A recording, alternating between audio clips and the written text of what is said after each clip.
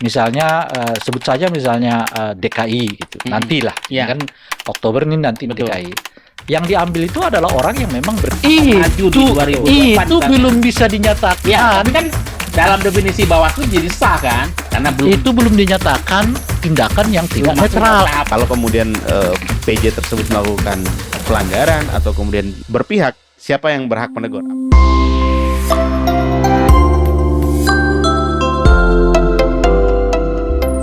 Salam Indonesia. Salam sehat untuk kita semua. Salam jumpa lagi dengan Syndicate Talks, sebuah program podcast dari para sindiket. Senang sekali kita bisa jumpa kembali pada seri kali ini bersama dua rekan kami. Saya sapa dulu Bang Rey Rangkuti. Apa kabar Bang? Baik sejauh ini alhamdulillah. Sehat ya, alhamdulillah ya.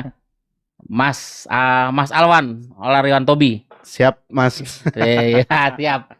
Mas Alwan ini dari Kata Rakyat, Bang Rey biasa itu dari 5 Lingkar Madani Indonesia. Jadi kami dari para sindiket mengundang Kata Rakyat, kita ingin tahu nih bagaimana Kata Rakyat terkait topik yang mau kita bahas pada sore pada kesempatan kali ini. Kalau Bang Rey juga bagaimana nih Lingkar Madani melihat problem apa, kita mau nggak bahas soal PJ nih Bang. Soal PJ penjabat kepala daerah yang ya sekarang kan sudah ada sekitar ya nggak tahu mungkin ya 30-an mungkin puluhan ya PJ kepala daerah yang sudah ditunjuk oleh pemerintah mulai bulan Mei ya. Ya. Bulan Mei itu sudah ditunjuk penunjukan, tetapi memang ada beberapa persoalan yang kemudian mengemuka ke publik, ada banyak resistensi publik terkait penunjukan PJ ini. Lu persoalannya Mahkamah Konstitusi mengeluarkan putusan bahwa pemerintah perlu membuat aturan teknis, tapi itu belum dilakukan. Kemudian Kemendagri langsung saja melakukan penunjukan PJ habis Lebaran, saat itu bulan Mei. Lalu belakangan mungkin karena banyak masukan dan kritik dari masyarakat, Kemendagri ingin membuat peraturan teknis terkait itu. Tapi kan ibaratnya saat ini sudah ada gelombang pertama katakanlah penunjukan PJ dari sekitar 30-an atau berapa puluhan lah PJ yang sudah ditunjuk.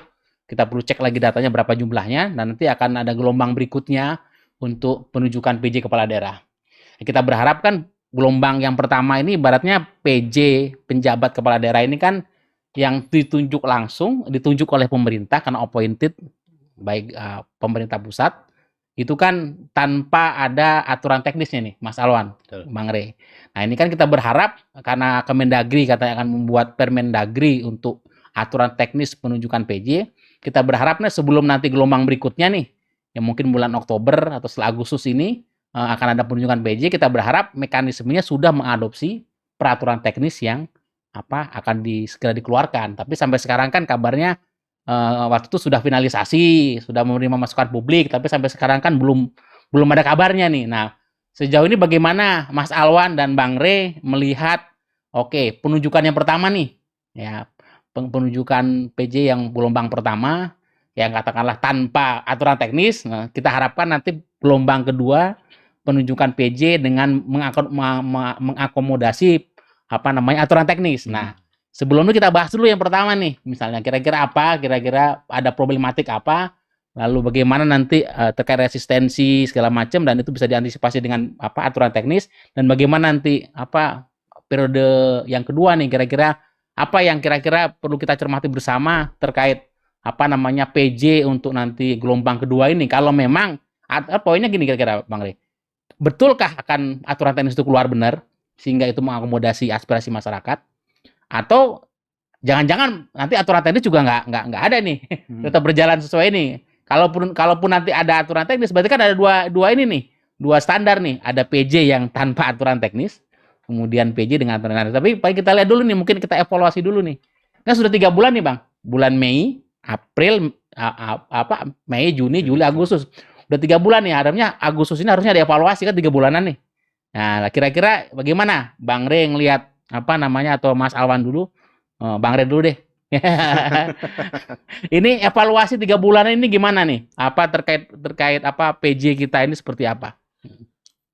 Ya, ada 2 yang saya mau tanggapi dari pernyataan Bung Ari tadi ya. Pertama adalah soal perbedaan perlakuan hukum. Ya, itu menarik tuh sebagai diskusi. Ya. Satu, mereka yang dipilih karena berdasarkan aturan teknis yang sudah dibuat, mungkin itu nanti kan Oktober ke sana tuh. Harapan kita kalau aturan tidak ada ya. Enggak, kan Oktober itu udah ada pergantian tuh. DKI Jakarta misalnya kan Oktober. Iya, Oktober habisnya. Gitu. Agustus nampaknya kosong, tapi Oktober udah mulai lagi tuh Sudah mulai. pergantian gitu ya. Dan catatan saya Bung Ari, bahkan sebetulnya per Juli ini udah sampai 100-an. Sudah 100-an. Kepala daerah yang digantikan ya oleh PJ gitu. Nah, oleh karena itu bagaimana ini soal standar hukumnya kok bisa berbeda gitu. Nah, saya melihatnya tidak ada masalah dalam konteks itu. Nggak masalah ya? Nggak masalah, karena aturan teknis yang dibuat oleh Kemendagri ini merupakan turunan dari ketentuan undang-undang yang menjadi dasar pembentukan setidaknya 100-an PJ yang terjadi antara Mei sampai Juli gitu. Nah, yang sekarang ini lebih ditekniskan gitu loh. Ya. Tapi dasarnya sebenarnya sama. Yang Juli itu dasarnya Undang-Undang Nomor 32, Undang-Undang ASN, Undang-Undang Pilkada, Undang-Undang ASN, segala macam. Cuma tersebar di beberapa undang-undang kan? Iya, termasuk aturan teknis itu kan juga mengadopsi dari ketentuan itu. Nggak boleh lebih dari itu gitu. Ini kan lebih soal mengatur bagaimana misalnya unsur transparansi. Nah, dimaknai soal transparansi gitu. Meskipun pada tingkat tertentu hal yang sama sebetulnya sudah dilakukan juga pada proses pembentukan PJ yang katakanlah gelombang pertama itu gitu. Nah, cuman misalnya standar dari transparansinya mungkin agak berbeda. Standar pelibatan pelibatan publiknya juga mungkin akan berbeda gitu. Lebih dibuat teknis di dalam aturan teknis yang akan dibuat oleh Menteri Dalam Negeri gitu. Nah, ini yang pertama. Oleh karena itu saya tidak merasa ada perbedaan yang signifikan. Kualitas kader bukan kualitasnya, tapi ya tentu lebih pada artinya kalau pendekatannya dari aspek legal formal tidak ada masalah. Tidak ada masalah gitu, ya. Apalagi ini hanya aturan teknis yang dibuat oleh Kementerian Dalam Negeri. Ya. Nah, itu yang pertama. Nah, tapi catatan saya yang kedua kalau kita membaca dari susunan peralihan PJ tahun Ibu Gelombang pertama itu, saya sih sedikit memberi apresiasi kepada Menteri Dalam Negeri. Di luar tentu ada kritik saya nanti ya. Nah, saya buat dulu apresiasi. Apresiasi dulu, Bang. Hampir boleh apresiasi disebut juga dari Bang. Sampai 80% menurut saya PJ-PJ itu diangkat dari daerah yang sama. Gitu. Jadi memperhatikan itu ada faktor aspirasi daerah, bagaimana kira-kira? Itu yang saya belum tahu. Tetapi yang saya mau katakan itu adalah misalnya sebut saja misalnya DKI gitu. Nantilah, kan Oktober ini nanti DKI. Yang diambil itu adalah orang yang memang bergelut di DKI Jakarta. Sebagian besarnya itu adalah sekda-sekda di daerah itu. Gitu. Sekda kemudian menggantikan posisi kepala daerah yang tidak terpilih gitu ya.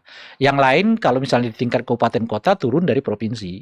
Bagian apa di provinsi dengan jabatan yang diperkenankan undang-undang kemudian menduduki posisi di sekda-sekda ini gitu ya. Jadi artinya nggak ada dropping lah. Nggak ada khususnya dropping, di kabupaten kota ya? Iya, khususnya di kabupaten kota ya. Nggak ada dropping misalnya daerah sini pindah ke sini, dari sini pindah ke sini. Jadi diambilnya dari daerah-daerah itu gitu. Jadi menurut saya itu udah bagus. Pejabat lokal ya, ASN lokal. ASN di daerah itulah yang ini menurut saya bagus. Mestinya ini dipertahankan oleh Menteri Dalam Negeri. Ya. Tapi di tingkat provinsinya jelas ada dropping pusat. Karena itu hubungannya tentu saja dengan stratifikasi. Kan harus pimpinan jabatan tinggi madya kan, yang umumnya adalah ada di pemerintahan pusat kan. Eselon 2, eselon 1 kalau eselon 1 ya kalau untuk gubernur. Ya, jadi umumnya itu ada di dalam Menteri Dalam Negeri kan, atau di pusat lah secara umum. Kalau di daerah-daerah itu mungkin belum, kecuali sekdanya masing-masing tentu saja ya. Nah, oleh karena itu ada dropping dan boleh disebut justru di sekitar yang seingat saya sudah ada sekitar 6 atau 28 provinsi yang sudah di-PJ-kan itu. Nah, itu memang semuanya mengambil dari dropping dari pusat. Gitu.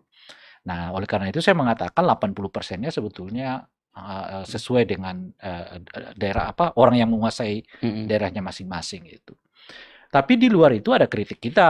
Nah, salah satu kritik yang... kritiknya tahan dulu kali, Bang. Oh, gitu. Kita akan apresiasi dulu 80% itu apa sesuai aspirasi soal ini ya, soal ketentuan aturan teknis itu kan sudah dijanjikan ya.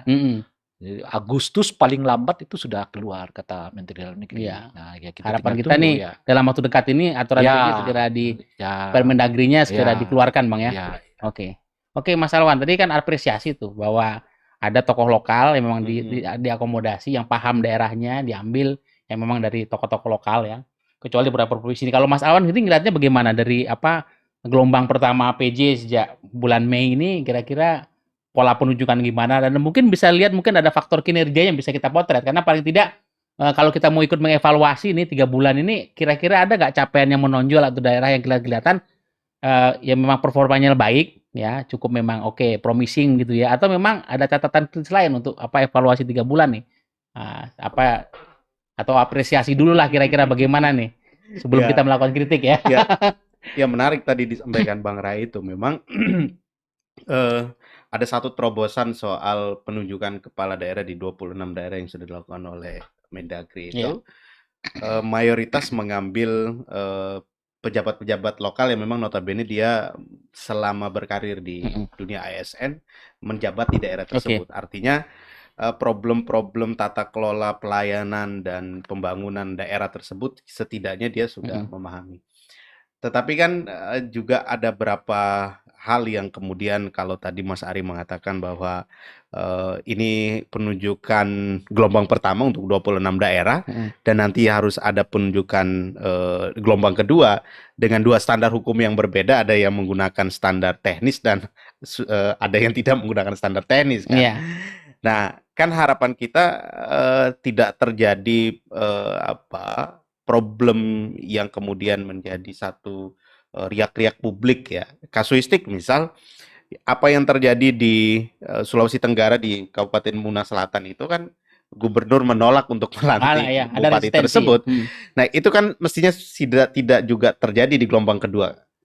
Mengingat misal penunjukan PJ itu penuh dengan tensi politik yang kuat dan sangat tinggi apabila kemudian kita melihat daftar daerah atau provinsi besar yang akhir masa jabatan yang notabene-nya mempunyai tensi politik yang sangat tinggi, DKI Jakarta, Jawa Tengah, Jawa Timur, wilayah Sumatera ada Sumut misalnya. Sumut ya. Yang setidaknya itu adalah lumbung politik yang punya konstituen besar lah kira-kira begitu. Politik di tahun politik karena mau 2024. Nah, konstelasinya dipengaruhi dari situ ya, Bang. Iya, artinya bahwa kewenangan penunjukan itu ada di presiden. Tetapi kerangka teknisnya kan ada di Kemendagri. Dan kalau kemudian tidak ada standar yang diatur, kita kan jangankan mengevaluasi, Mas. Pertanyaan sederhananya, kalau kemudian PJ ini melakukan kesalahan, siapa yang berhak menegur misal? Dan standar apa yang kita gunakan kalau kemudian tidak ada aturan itu? Karena dalam Permendagri itu kan dan undang-undang pilkada kita kan hanya mengatur siapa yang mengisi kekosongan itu. Apa aturannya administratif aja ya, bagaimana proses penunjukannya ya. Dan kalau kemudian kita mendalami Permendagri kan juga PJ itu tidak diberikan kewenangan lebih untuk melakukan hanya menyelesaikan waktu jabatan saja. Dia tidak banyak melakukan gerakan-gerakan tambahan atau gagasan-gagasan. Itu ada sisi positifnya dan negatifnya itu, Mas ya. Tentu ada sisi positifnya ada negatifnya juga. Nah, ini yang harus dilakukan oleh Mendagri tentu pada urusan bagaimana memitigasi di daerah-daerah besar untuk gelombang kedua ini. Nah, selain itu, kita juga perlu mempunyai standar yang pasti untuk melakukan evaluasi PJ ini dulu. Kalau dia melakukan kesalahan, kira-kira siapa yang akan memberikan teguran? Dan kemudian, misal karena tahun politik, PJ-nya kemudian melakukan teguran juga termasuk evaluasi ya. Bagaimana kita, termasuk bagaimana masyarakat sipil sebenarnya punya ruang nggak di situ? Ya tentu, masyarakat sipil punya ruang kan itu udah pasti. Minimal tapi diakomodasi nggak ruangnya kan kita ada. Atau kita berandai-andai bahwa ruang kita bisa ikut memberikan asesmen evaluasi ya. Ruang sudah ada, yang pertanyaannya diakomodasi apa enggak? Dalam aturan atau sebenarnya dari peraturan yang sudah ada? Ya, awalnya kan sebelumnya kita kemudian mendorong bersama bahwa peraturan teknis itu juga melibatkan partisipasi publik. Ya, harapan kita Harapannya kan begitu, melibatkan society di situ dalam konteks entah memberikan gagasan, masukan atau kemudian juga pada persoalan kabarnya sih mengakomodasi, Mas, tapi jangan-jangan yang diajak Mas Awan, saya nggak diajak. Bang Ray udah diajak itu. Nah, artinya ruang evaluasi itu juga selain diberikan oleh struktural dalam konteks Kemendagri, misal publik dalam hal ini society juga kemudian harus diberikan kewenangan untuk melakukan evaluasi itu. Ya dalam jangka waktu 3 bulan jabatan diberikan kepada PJ ini menurutku terlalu cepat juga kemudian kita melakukan evaluasi. Tetapi sebelum melakukan evaluasi kan kita menyusun dulu standar dan alat ukurnya dulu. Kalau kemudian PJ tersebut melakukan pelanggaran atau kemudian tindakan yang tidak menyenangkan, misal karena mengingat tahun 2022 sampai 23 adalah tahun politik, misal kalau ada tindakan-tindakan PJ itu berpihak, siapa yang berhak menegur? Apakah ASN ya, karena dia adalah melatar belakang dari ASN, lalu kemudian hukumannya dicopot dari PNS-nya atau kemudian seperti apa? Kan juga tidak kemudian menjadi problem karena tidak ada alat ukurnya. Nah ini kan juga harus didorong ke depan, karena ya 2023 sampai ke depan ya ada daerah-daerah besar, provinsi-provinsi besar, DKI Jakarta, Jawa Timur, Jawa Tengah, kemudian ada Sumut. Nah itu daerah-daerah yang menurutku penunjukannya penuh dengan tensi politik yang tinggi, dan kita harus sudah mulai menyiapkan dalam konteks ini pemerintah ya, harus sudah mulai menyiapkan standarnya itu. Nah itu dulu menurutku. Berarti apakah selama ini sebenarnya relatif daerah-daerah yang sebelumnya periode pertama nih, gelombang pertama setiap bulan Mei itu karena memang daerah kabupaten kota kecil, bukan daerah besar, sehingga relatif oke muncul ke publik reaksi protes dan kritik masyarakat, tapi karena memang bukan daerah yang secara barometer politik itu tidak terlalu diperhitungkan sehingga kurang bergejolak, sehingga merasa fine saja selama ini, ataukah memang kita harus bersiap nih untuk beberapa daerah yang besar yang memang menjadi lumbung-lumbung suara di pemilu, itu juga notis publik juga harus lebih kuat, lebih karena di alasan politiknya. Karena Mas Malong lebih ngeliat alasan politik alasan politik karena terkait politik elektoral kan, atau memang sebenarnya harusnya standarnya kan sama kan? Bisa saja begitu. Dalam pendekatan politik ya bisa saja, karena mungkin melihat banyak konsensus di situ di daerah-daerah yang menurut dia adalah ini daerah secara politik banyak konstituennya misal kira-kira. Tetapi dalam konteks akuntabilitas dan soal bagaimana membangun transparansi penunjukan kepala daerah mestinya harus diberlakukan sama. Kalau kemudian prinsipnya adalah prinsip demokratis, ya di daerah manapun ya harus melakukan pendekatan demokratis kan. Walaupun sebenarnya ada pertimbangan, ada pretensi bahwa ini ada pertimbangan politik elektoral sehingga perlu lebih hati-hati. Ya, kalau itu pasti ada menurut saya. Pasti ada pendekatan elektoral bahwa ini daerah konstituen saya banyak misal kira-kira harus melakukan penunjukan A dan B. Itu pasti ada keberpihakan dan pendekatan itu. Tetapi yang harus didorong kan satu ya prinsip penunjukan juga harus demokratis. Kedua kemudian juga punya standar dan alat ukur yang jelas dalam konteks bagaimana kepala daerah ini melakukan pelanggaran atau kemudian tindakan yang tidak menyenangkan misal kira-kira. Alat ukurnya apa? Nah, ini yang harus diantisipasi menurut saya. Tentu Kemendagri kan janjinya bulan Agustus sudah mulai meluncurkan atau mengeluarkan perangkat teknis tersebut, tapi juga belum. Mudah-mudahan dalam bulan Agustus ini bisa direalisasikan. Terlebih gelombang kedua ini banyak tadi daerah-daerah besar karena lumbung politik juga. Lumbung politik menurut saya. Gelombang kedua ini dari DKI, Jawa Barat, Jawa Timur itu ya perlu jadi perhatian publik bersama, karena kan framing politiknya itu akan lebih kencang. Gimana menurut Bang Rey ini? Gelombang kedua ini kan nanti DKI pasti, Jawa Timur, Jawa Tengah, Jawa Timur ya.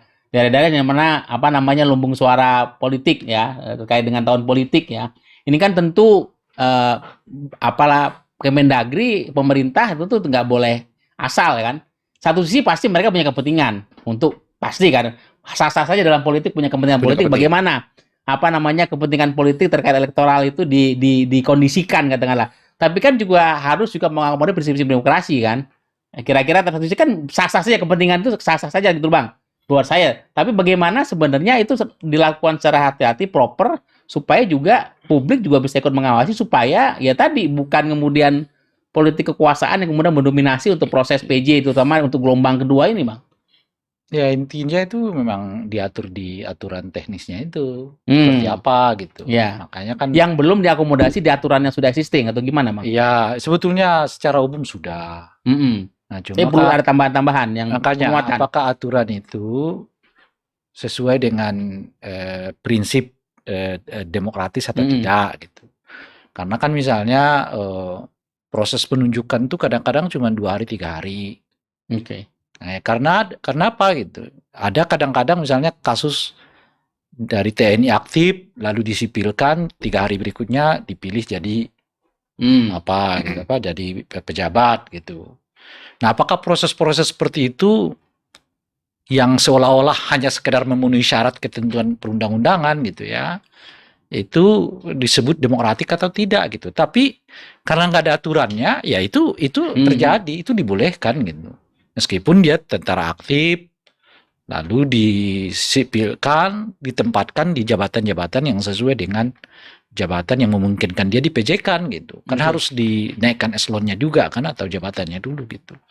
Nah, itu berlangsung misalnya cuma 2 hari, 3 hari itu kejadian dengan 3 proses itu. Nggak ada proses sebelumnya, ini berarti nggak ada proses usulan, misalnya usulan dari daerah. Ya, di Kementerian Dalam Negeri itu ada timnya sebetulnya itu. Nah, bahkan ada istilahnya tim penilai akhir, TPA. TPA itu kan sudah nama-namanya sudah masuk melalui proses penyaringan berjenjang. Iya. Jadi ada, cuma persoalannya adalah yang disebut berjenjang dalam format itu apa. Oke. Itu berarti kan nggak berjenjang ya langsung Bang ya? Enggak, mereka tetap bilang berjenjang. Kan ada pengusulan dari gubernur-gubernur. Ada pengusulan kalau tingkat kabupaten ya dari masyarakat di kabupaten kota. Itu. Jadi kasus itu di mana seorang gubernur tidak mau melantik itu kan karena dia merasa yang usulannya nggak dikomodir gitu loh. Artinya apa? Artinya ada usulan. Nama-nama gitu loh kira-kira ya. Kita lihatnya sebagai sesuatu yang positif ya. Persoalannya sebetulnya itulah yang dimaknai partisipasi oleh pemerintah saat ini yang menurut standar partisipasi kita nggak kena gitu loh. Iya. Nah, makanya di aturan ini harus diperjelas, jangan sekedar cuma 2 hari sesuai dengan aturan lalu dianggap nggak ada masalah gitu. Padahal ya kalau konteksnya transparansi ya nggak begitu caranya. Kalau konteksnya standar demokrasi nggak begitu caranya gitu loh. Nah itu, tapi pemerintah melaksanakan semua aturan itu gitu. Nah cuman dengan standar yang istilah saya itu minimalis. Ya, partisipasinya minimalis, transparansinya minimalis ya, dan sebagainya gitu. Jadi itulah pentingnya aturan tertulis ini dibuat supaya kita punya acuan. Mosok sih orang baru TNI aktif disipilkan lalu ditempatkan pada posisi 2 hari 3 hari setelahnya itu udah dipilih sebagai PJ gitu. Jadi kan seolah-olah seperti mainan gitu loh jabatan ini gitu. Nah itu kan nggak bagus dalam konteks pemilihan atau pemerintahan yang baik dan benar gitu. Nah di luar itu misalnya poin tadi disebutkan oleh Bung Alwan tuh, soal kecenderungan ASN berpihak. Ya terhadap apalagi nanti di pilkada kan mereka sampai ke pilkada loh. Jangan tidak hanya di pilpres. Sampai nanti definitif Oktober kan, sampai Oktober 2024 mereka itu. Nah, bagaimana mengatasinya? Nah, itu juga penting diatur di sini gitu, di aturan tertib ini gitu. Karena ada kecenderungan sekarang di mana ASN kita makin terbuka untuk menyatakan bahwa dia tidak netral gitu. Karena sanksinya lemah. Apalagi kemudian yang dia dukung itu misalnya akhirnya terpilih sebagai kepala daerah. Jadi ya dia bolehlah 3 bulan, 4 bulan, non-job, apa macam-macam. Tapi habis itu kan dia naik jabatan. Gitu. Kalau bupati yang ia dukung ini menang gitu atau wali kota. Ditambah dengan definisi baru Bawaslu gitu. Terkait apa, Bang? Terkait dengan soal netralitas yang saya ambil dari persoalan politik uang. Kan kalau Bawaslu mengatakan fasilitasi itu ya. Iya kan kalau Bawaslu mengatakan politik uang itu kalau ada dulu peserta yang ditetapkan oleh KPU. Iya.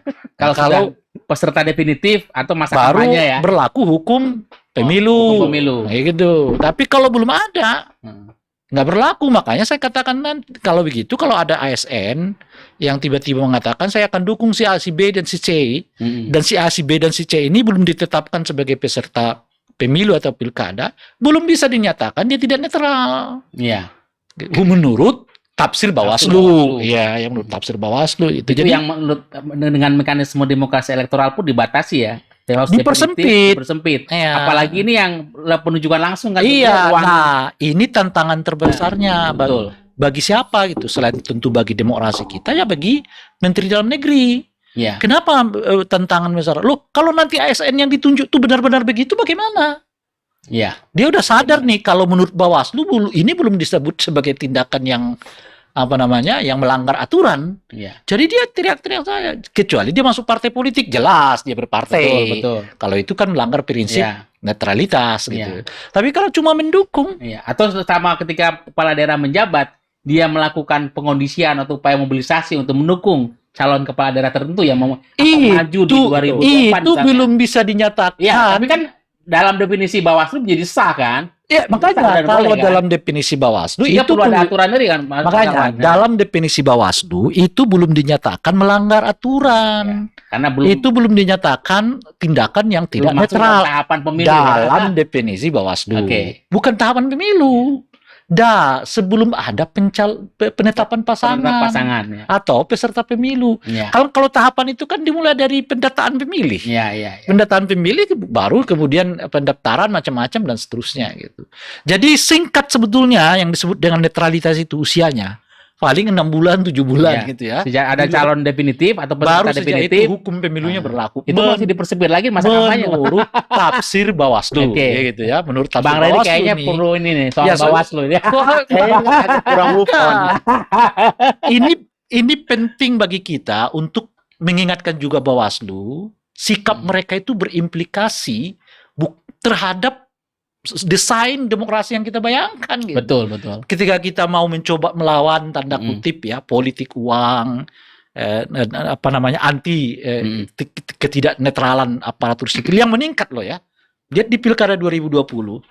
Di Pilkada 2020 itu kalau saya nggak silap hampir ribuan laporan loh ASN itu yang nggak netral. Meskipun kemudian yang diproses tuh hanya beratus gitu. Tapi KSAN memberikan sanksi tidak membuat jera gitu loh. Ya nggak apa-apa disanksi. Sanksinya administratif paling. Makanya nggak apa-apa disanksi 2 bulan 3 bulan. Habis pilkada kita juga akan naik status lagi gitu. Jadi efek pemberian sanksi yang diberikan oleh KSN itu nggak memberikan efek jera kepada para ASN. Sehingga perlu atribut lain untuk bagaimana repotnya nanti Menteri Dalam Negeri untuk menegur, memberi sanksi macam-macam kepada ASN yang nyata-nyata memberikan dukungan, tapi hukum pemilunya menurut Bawaslu belum berlaku. Betul. Gitu loh. KSN-nya bertindak apa? Bawaslu-nya nggak rekomendasi. Jadi hukum rimba elektoral nanti kira-kira siapa aja yang itu yang sah saja untuk contoh yang perlu diatur. Termasuk tadi yang disebutkan oleh Alwan. Kan ada 2 kasus. Satu nggak mau dilantik oleh gubernur. Meskipun akhirnya dilantik ya. Yang kedua, baru dilantik 15 menit kemudian dia mengundurkan diri. Ini bagaimana mengatasinya? Nah, itulah nanti diatur di dalam aturan teknis. Jadi, aturan teknis ini, Bung Ari, bukan kebutuhan kita saja. Mestinya itu juga kebutuhan Menteri Dalam Negeri. Pemerintah. Kalau tidak, kita nggak punya standar.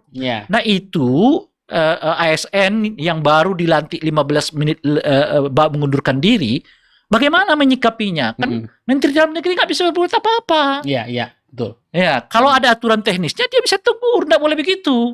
ASN itu mengamankan pemerintah justru ini kan aturannya. Iya, karena dia bisa tegur. ASN itu prinsip ketaatannya 2 saja. Pertama, dia harus taat kepada aturan yang berlaku dari konstitusi sampai aturan yang paling bawah. Dia harus tunduk patuh kepada aturan itu. Nggak bisa tidak. Itu prinsip birokrasi. Nah, prinsip kedua birokrasi itu adalah taat pada atasan. Pimpinan. Iya. Jadi kalau taat pimpinan. Iya, kalau Menteri Dalam Negeri mengatakan, yuk kamu pimpin daerah itu sementara. Kan dia harus pimpin. Tapi kan dia merasa pimpinan dia 2. 1 Menteri Dalam Negeri, 1 kelompok yang gubernur. Kan orang ini kalau kabupaten kota ya. Bukan. Kan yang mengundurkan diri ini karena alasan dia karena dia diminta gubernur kembali ke posisinya yang semula. Iya kan? Artinya dia nganggap kepala dia itu gubernur bukan Menteri Dalam Negeri. Gitu loh kira-kira tuh. Nah, inilah yang harus juga antisipasi dengan aturan dipertegas oleh Menteri Dalam Negeri. Seluruh birokrasi di Indonesia ini kepalanya itu adalah Menteri Dalam Negeri. Gitu loh. Jadi gubernur itu pemakai birokrasi. User ya. User tuh Ya, user. ya. Bupati dan wali kota itu user. Iya. Nah, mereka hanya tunduk ya kepada Menteri Dalam Negeri, dan harus diingatkan kembali di dalam peraturan itu bahwa birokrasi kita itu bersifat sentralistik. Oke. Nggak ada di birokrasi daerah. Ya, birokrasi kan ya, karena birokrasi kan Bukan, ya. itu konsekuensi dari sistem yang kita pilih. Oke. Karena di beberapa negara ada birokrasi yang bersifat desentralistik. Oke. Ya, ada polisi polisi federal, ya, ada birokrasi federal macam-macam. Di kita tidak. Birokrasi kita Sistem kita adalah negara kesatuan yang terdesentralisasi. Ya, Nah, desentralisasinya itu dibagi 5, diberi kewenangan kepada 5 saja oleh undang-undang. Tapi birokrasinya jelas tidak dibagi di dalam desentralisasi itu. Jadi oleh karena itu cuma satu pimpinan. Apa itu ya? Pimpinan dalam ini adalah presiden, ya, yang diwakilkan melalui dalam pejabat dalam negeri gitu ya. Nah, itu harus tertuang di sini. Iya, iya. Sehingga kalau ada yang begitu, bos lu itu Mendagri ya. Sehingga dengan begitu siapapun PJ-PJ-nya yang melanggar, yang nggak tunduk, ya Anda melanggar perintah. Anda bisa diberi sanksi, tinggal diajukan nanti ke KSN untuk memberikan sanksinya. Oke. Kalau tidak, ya nanti akan repot. Iya. Ya kan? Di pilkada-pilkada yang Anda sebutkan itu nanti, ya mereka nyata-nyata saja dukung. Betul. Terus diapain oleh Menteri Dalam? Kagak bisa diapa-apain karena mesti harus dengar Bawaslu. Kalau Bawaslu mengatakan saya, gitu loh kira-kira. Dan mereka nggak buat aturan tentang tata cara. Tadi udah disebutkan oleh Alwan. Mereka nggak buat aturan tentang tata cara menonaktifkan jabatan PJ atau pejabat PJ, ya misalnya, nggak ada tata caranya. Itu di luar mekanisme yang evaluasi 3 bulanan ya? Buka, iya, di luar evaluasi itu. Karena misalnya dia mengatakan aku dukung nih si A, tapi kan menurut hukum Bawaslu belum masuk. Nah, siapa yang perlu hukum Permendagri ya? Perlu Permendagri. Perlu hukum Permendagri. Ya, Anda bisa dinyatakan sudah tidak netral nih. Menurut siapa? Bukan menurut Bawaslu, tapi menurut aturan yang dibuat oleh Menteri Dalam Negeri. Kan kira-kira begitu ya. Sehingga Anda diberi sanksi. Nah, kalau nggak ada dasarnya menegur itu, KSN lepas tangan. Bawaslu lepas tangan. Apalagi Bawaslu. Rimba politik. Ya, jadi kan Anda nggak boleh loh ya, kalau dalam aturan kita itu, Menteri Dalam Negeri itu beri sanksi begitu aja nggak boleh. Harus melalui KSN. Karena setiap ya kenaikan, pemberian sanksi macam-macam itu penilainya itu adalah KSN, gitu. Jadi menteri nggak bisa langsung copot, harus terlebih dahulu dibuktikan di KSN memang dia melanggar. Nanti setelah KSN memberikan penilaian, barulah diberikan sanksi oleh Menteri Dalam Negeri, gitu. Jadi ada birokrasinya. Nah, aturan ini semua memotong itu diharapkan ya? Bukan memotong aturan, di aturan ini diatur bagaimana mekanisme kerjasama dengan KSN, ya kan? Sehingga kalau nanti misalnya Menteri Dalam Negeri menyatakan pencopotan, tapi dia protes, misalnya, sangat mungkin kan? KSN ini, kenapa? Dasarnya saya dipecat macam-macam misalnya ya. Nah, sudah ada panduannya bagi KSN, sudah ada Permendagri, dan Mendagri ini aturan. Yang dalam postulat pertama yang saya sebutkan tadi bagi birokrasi, taat aturan antar pimpinan dan pimpinannya Kemendagri. Nah, oke Bang Rey, menarik. Jadi sebenarnya aturan teknis PJ kepala daerah ini sebenarnya secara ini menguatkan posisi Kemendagri dan Mendagri dalam konteks penunjukan PJ ini. Kan sebenarnya ini bukan hanya kebutuhan kita, tapi juga sebenarnya kebutuhan pemerintah. Jadi katakanlah 50-50, pemerintah punya kebutuhan 50% ke aturan ini, kita juga punya kebutuhan itu. Yang 50% kebutuhan pemerintah, bahwa ini menguatkan posisi Kemendagri terkait proses penunjukan PJ, bagaimana evaluasi, bagaimana nanti proses peneguran ketika terjadi pelanggaran. Nah ini 50%-nya porsi publik nih kira-kira. Perlu 50% lagi nggak porsi publik untuk bagaimana aturan ini sebenarnya tadi urgensi dari Bang Rey kan tadi kan ini justru menguatkan posisi pemerintah, membantu pemerintah Permendagri ini supaya nanti PJ ini juga berjalan pada rel yang benar, katakanlah begitu. Nah, tapi perlu nggak juga urgensi ini dilekatkan bahwa dari masyarakat sipil, publik begitu, bahwa memang boleh tadi menguatkan Mendagri tadi supaya tidak ada abuse of power, supaya proses ini walaupun penunjukan tapi juga mengakomodasi prinsip demokratis, Sehingga perlu tadi apa namanya pelibatan masyarakat sipil, kampus atau apa sehingga nanti mekanisme check and balances antara pemerintah dan publik juga terjadi. Nah, kira-kira gimana Mas Rawan? Iya betul Mas Ari. Memang kalau kemudian bicara soal kebutuhan, tentu urgensinya lebih kepada pemerintah dalam hal ini Kemendagri menjadi kebutuhan yang memang urgent dan harus segera diterbitkan. Bahwa di situ ada kebutuhan dan peran publik dalam konteks ini civil society, iya. Ya. Tetapi pada konteks kewenangan sesungguhnya kan kewenangan Kemendagri. Oke, dari kewenangan ya. Nah, yang kemudian ingin kita sampaikan adalah tidak juga kemudian Kemendagri hanya berpikir pada konteks selesai membuat peraturan teknis lalu selesai ini urusan, misal kira-kira begitu. Perlu menggandeng publik kira-kira. Iya, memang perlu menggandeng publik. Penggandengan publik dalam konteks melibatkan partisipasi publik pada umumnya adalah tidak sebatas juga hanya menggodok ini peraturan teknis, masukan publik diakomodir lalu selesai, misal kira-kira. Tetapi keterlibatan publik itu harus bersifat keberlanjutan, karena dia tidak kemudian melepas publik pada konteks mengontrol kerja-kerja PJ kepala daerah ini. Kita sama-sama memahami bahwa masa jabatan PJ ini paling lama, kira-kira begitu dalam sejarah pilkada kita ya. Karena pilkada kita 2024, sekarang baru 2022, dia hampir 2 tahun lebih. Ya, walaupun hanya dibatasi setahun, tapi bisa dipilih lagi kan? Dia bisa, ya artinya yang 26 daerah yang saat ini sudah dilantik menjadi PJ, artinya kan masa jabatannya sampai 2024, dan itu masa jabatan terlama. Kalau kemudian masa jabatan lama, lalu tidak ada kontrol publik dan civil society juga tidak dilibatkan oleh Kemendagri misal, ini kan bagi kita satu problem. Nah, maka yang harus juga kemudian didorong adalah figur-figur yang didorong oleh atau ditunjuk oleh Kemendagri yang mengisi kekosongan kepala daerah juga harus mempunyai kualifikasi. Kualifikasi dari sisi kepemimpinan, kualifikasi dari sisi memahami lokalitas, dan juga kemudian kualifikasi pada konteks bagaimana melakukan keberlanjutan pembangunan di daerah setempat dari sisi pelayanan, bagaimana sosial ekonominya, bagaimana pendidikannya, bagaimana kesehatannya. Nah, itu kan juga harus dipahami oleh figur pejabat kepala daerah tersebut. Walaupun kemudian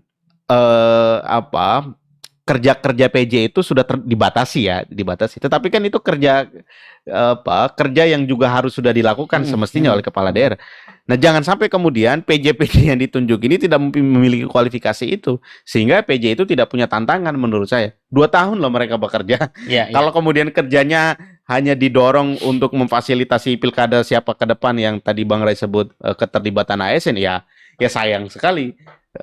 Nah, ini kan saya ingin mengatakan bahwa Kemendagri juga di lain hal segera mendorong untuk menerbitkan perangkat teknis tadi yang juga di situ melibatkan publik dan partisipasi publik sesungguhnya.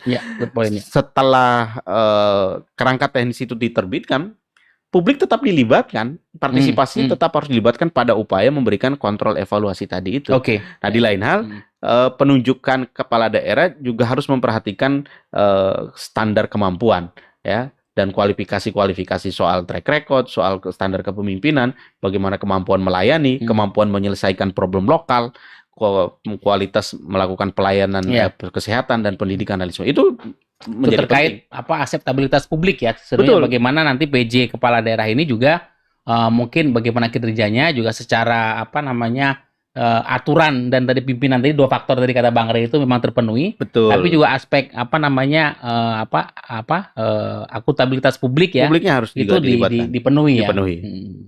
Nah, untuk Mas Alwan, untuk nanti kira-kira gelombang kedua ini oke, ini ada urgensi memang aturan tadi segera diterbitkan ya. Kira-kira saya mau tanya, kira-kira untuk nanti gelombang kedua ini poin-poin apa yang bisa kita bagikan ke publik supaya ini menjadi awareness bersama nih, bahwa nanti kan apalagi daerah-daerah besar nih gelombang kedua ini kan, 3 provinsi di Jawa itu kan akan dilakukan penunjukan PJ.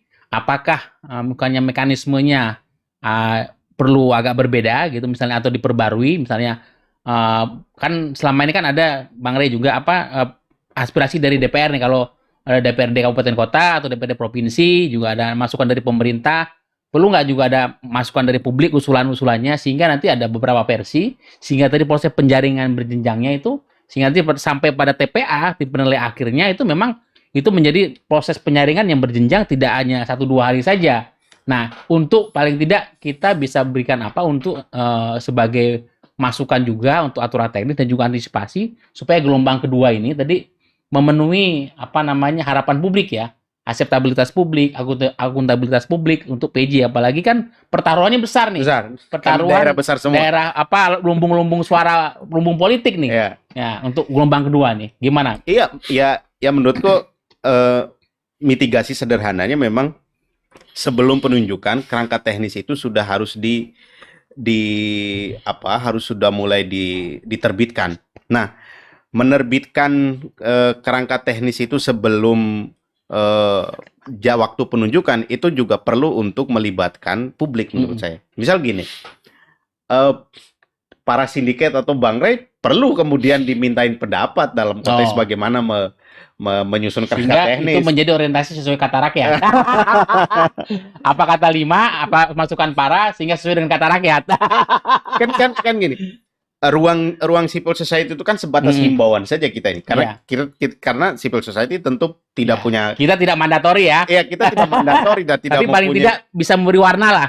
Iya, maksud saya begitu, karena kuasa anggaran kan kita nggak punya. Iya. Nah, kemudian tidak punya SDM yang besar, tidak punya kuasa alat. Opini aja, Mas. Kita cuma punya kuasa opini, kita cuma bisa memberikan himbauan misalnya. Tetapi agar himbauan itu terlegitimasi, agar himbauan itu menjadi dan bisa diakomodasi juga. Ya, bisa diakomodasi, maka harus tertuang menjadi satu aturan. Ya. Yang mempunyai kewenangan untuk membuat kerangka aturan adalah pemerintah. Nah, pemerintah harus mengakomodir itu dulu supaya perspektifnya jadi tidak perspektif government saja, tetapi juga kemudian memperhatikan perspektif society juga. Nah, itu satu hal. Dan kedua adalah kerangka teknis kemudian tidak hanya sebatas menjadi satu dokumen saja. Misal saya membayangkan begini, Kemendagri punya gagasan setelah kerangka teknis itu keluar, lalu melibatkan teman-teman untuk mensosialisasikan kerangka teknis itu, supaya publik juga mengetahui bahwa di daerah kalau kemudian ada PJ melakukan pelanggaran, ini loh aturannya, misal kira-kira. Dan Anda juga bisa mengusulkan, Anda bisa melakukan evaluasi, juga mengusulkan di awal kan. Dan itu kan hak setiap warga negara dan hak setiap rakyat kemudian mengevaluasi. Jangan sampai misal di daerah saya sendiri ada pejabat kepala daerah melakukan pelanggaran, saya tidak tahu apa perangkat hukumnya, apa pelanggarannya, dan ternyata sudah diatur dalam. Nah, artinya apa? Pointers yang harus di-highlight adalah Kemendagri juga harus segera melakukan sosialisasi kerangka teknis itu kalau kemudian aturan sudah jadi, harus jadi dulu dan udah ada disahkan dulu kan. Jadi kalau Agustus ini perangkat teknis itu sudah disahkan atau sudah diluncurkan, maka langkah selanjutnya melibatkan publik untuk melakukan sosialisasi soal kerangka teknis itu, supaya publik juga mengetahui bahwa ini loh kerangka teknis. Loh, kan publik harus diberikan kewenangan untuk melakukan pengawasan.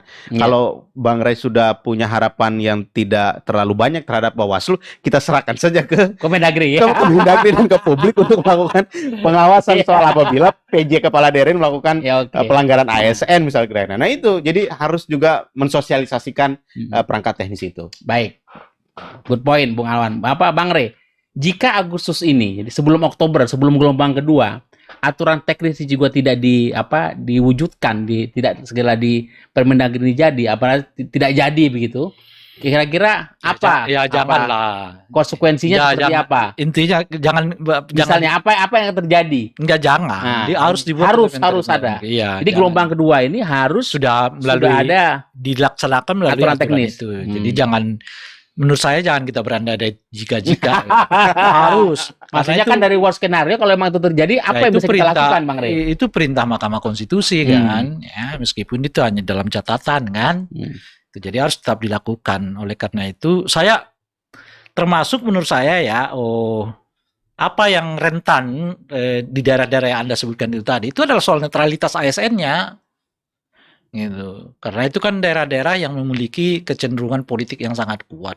Ya. Nah, apakah ASN-nya juga kuat tanda kutip ya hati politiknya di situ untuk tidak terlibat di dalam politik elektoral, politik elektoral gitu. Nah, itu jadi itu tantangan Menteri Dalam Negeri itu di daerah-daerah itu. Nah, yang kedua adalah tentu soal efektivitas gitu.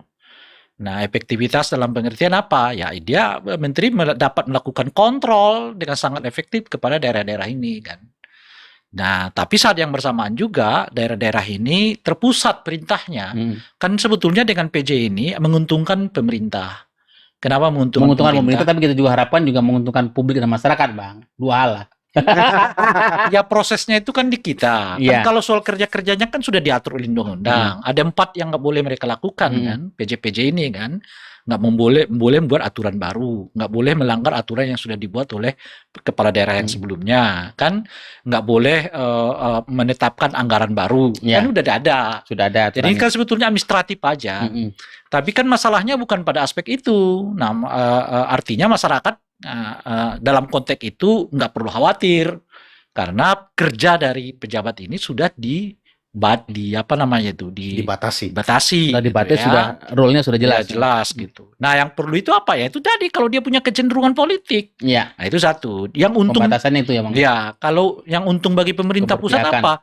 Kalau pemerintah pusat menggunakan PJ ini untuk efektivitas program, jalan ini seketika karena perintahnya kan cuma satu. Justru konstruktif ya. Konstruktif. Nah, sementara kalau misalnya dijawab oleh pejabat politik kan bisa macam-macam dulu dengan pemerintah pusat kan. Kalau ini tidak sesuai dengan prinsip ini sisi positifnya birokrasi tadi kan. Sentralistik, kerja pemerintahnya efektif ya. Gitu. Tapi kalau pemerintahnya juga punya kecenderungan politik, nah itu juga jadi menarik gitu. Ya kan presidennya punya kecenderungan politik juga, lah itu. Justru pemerintah pusat yang memulakan politisasi PJ-PJ itu ya. Tapi harus diingat juga tantangannya adalah soal kecenderungan partai politik menguasai kepala-kepala daerah itu. Sejauh ini bagaimana peluangnya? Itu selalu terbuka. Kan ada 2 interest setidaknya. Pertama interest politik, kalau PJ-nya adalah orang partai. Tanda kutip tentu saya orang partai, bukan dalam pengertian mereka anggota partai politik ya. Setidaknya yang mungkin itu titipan, desakan partai politik macam-macam. Kan orang ini diharapkan bisa ngamanin suara. Ya. Dan yang kedua adalah kalau nggak bisa ngamanin suara, setidaknya bisa nyumbang nyumbang dana partai. Dengan cara apa nyumbang dana partai bisa macam-macam. Dan itulah kepentingan partai politik. Oleh karena itu jangan berpikir bahwa pembentukan PJ ini tidak sepi dari interest politik. Enggak. Partai-partai itu juga mungkin dalam maya saya akan mendorong calon-calon mereka untuk masuk ke dalam PJ itu. Nah, sekarang bagaimana pemerintah memastikan bahwa kepentingan partai politik itu dapat dieliminir? Jangan sampai dengan aturan teknis itu, Bang. Jangan sampai masuk pesanan ini. Nah, Menteri Dalam Negeri nggak bisa tekanan-tekanan itu, Menteri Dalam Negeri nggak bisa keluar kan? Nah, oleh karena itulah di dalam aturan teknis itu juga diatur yang memungkinkan Menteri Dalam Negeri dapat menepis berbagai tekanan politik itu untuk menempatkan orang per orang di dalam jabatan PJ ini. Gitu. Nah, oleh karena itulah memang istilahnya itu aturan teknis ini sangat penting. Seperti yang saya sebutkan tadi, ini bukan hanya penting bagi publik, tapi juga amat penting bagi pemerintah sendiri. Karena yang kita sebutkan tadi tantangannya gitu ya. Oleh karena itu tingkat kebutuhannya sama.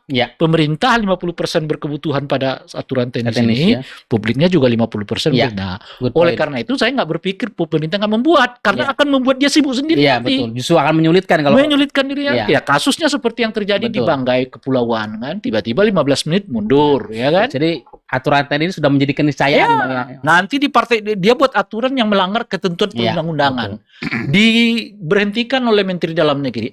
Orang daerahnya marah-marah. Setidaknya partai-partai besar di daerah itu kan marah. Kenapa pejabat kami diganti macam-macam dan seterusnya.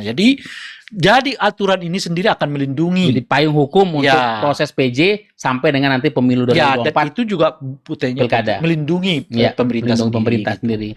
Itu kira-kira melindungi kepentingan publik ya. Oke, Mas Alwan, terakhir untuk menutup diskusi kita dalam rangkaian ini semua bahwa sebuah kebutuhan, sebuah keniscayaan bahwa aturan teknis ini harus segera dikeluarkan, diterbitkan oleh Kemendagri untuk mengamankan kepentingan pemerintah, kepentingan kita, kepentingan bersama, kepentingan publik dan juga kepentingan demokrasi kita agar proses PJ ini juga tetap berjalan pada rel demokrasi, tetap melibatkan partisipasi publik, dan bagaimana kita bisa berkolaborasi nih antara pemerintah, kemudian publik dan masyarakat. Ini menjadi himbauan kita bersama. Bisa di highlight hal-hal itu, Mas Alwan.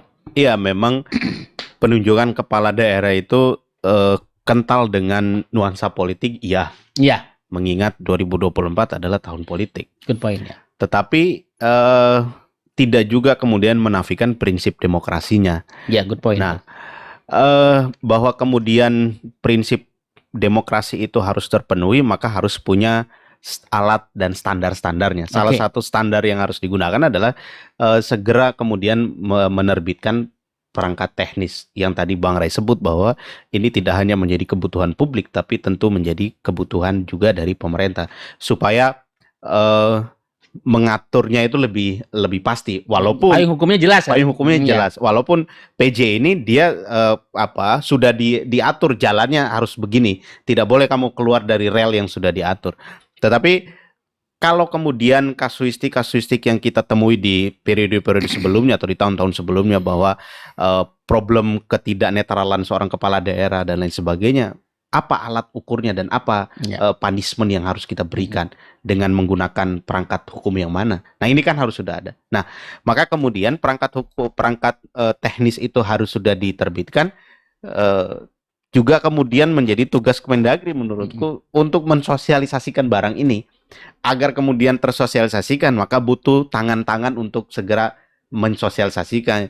Siapa tangan-tangan itu? Publik, masyarakat sipil, civil society yang kemudian harus juga menjadi kebutuhannya. Misal kita merasa bahwa ini juga menjadi kebutuhan kita, karena misal saya tinggal di Bekasi misal kira-kira, atau Bang Ray di Tangsel, Mas Ari di Depok sana misal. Kepala daerah saya, masa saya tidak tahu perangkatnya? Itu kan perlu juga kemudian untuk memahami. Jadi perlu kemudian juga Kemendagri melibatkan publik untuk mensosialisasikan apabila perangkat teknis sudah diterbitkan. Saya kira itu, Mas. Baik, good point, Mas Alwan, Bung Alwan Rian Tobi. Kata Rakyat. Terima kasih. Bang Ray Rangkuti dari 5 Lingkar Madani, terima kasih. Saudara-saudara sekalian, publik, pemirsa, terima kasih. Kita berharap bahwa penunjukan PJ kepala daerah ini tentu ke depan menjadi lebih baik. Pada gelombang kedua itu nanti dengan tentu bisa dilengkapi. Kami harapkan memang dengan aturan teknis regulasi yang memang sudah disiapkan Kemendagri segera keluar, segera terbit, sehingga itu menjadi payung hukum agar proses penunjukan PJ dan bagaimana evaluasinya betul-betul mengakomodasi aspirasi masyarakat, aspirasi publik, dan juga untuk mengamankan bagaimana kepentingan pemerintah tetap untuk supaya pemerintahan ini tetap berjalan efektif sebagai proses transisi menuju nanti Pilkada serentak 2024. Kita berharap proses demokrasi kita semakin terkonsolidasi, masyarakat juga semakin cerdas dalam berpolitik, partai politik kita juga semakin modern, masyarakat kita juga semakin melek politik, dan kita berharap PJ ini menjadi exercise kita untuk melihat bagaimana sebenarnya proses non-demokratis dalam proses penunjukan PJ ini juga tetap mengakomodasi prinsip-prinsip demokrasi elektoral dengan melibatkan partisipasi masyarakat. Kita berharap gelombang kedua PJ kepala daerah setelah Agustus ini, bulan Oktober, pemerintah bisa menunjukkan dedikasi demokrasinya lebih baik untuk kita semua. Terima kasih Bang Ray Rangkuti dari 5 Indonesia, Bung Alwan Rian Tobi dari Kata Rakyat. Terima kasih rekan-rekan semua pemirsa diskusi. Sampai jumpa pada seri podcast berikutnya, Syndicate Talk. Sampai jumpa lagi. Salam Indonesia.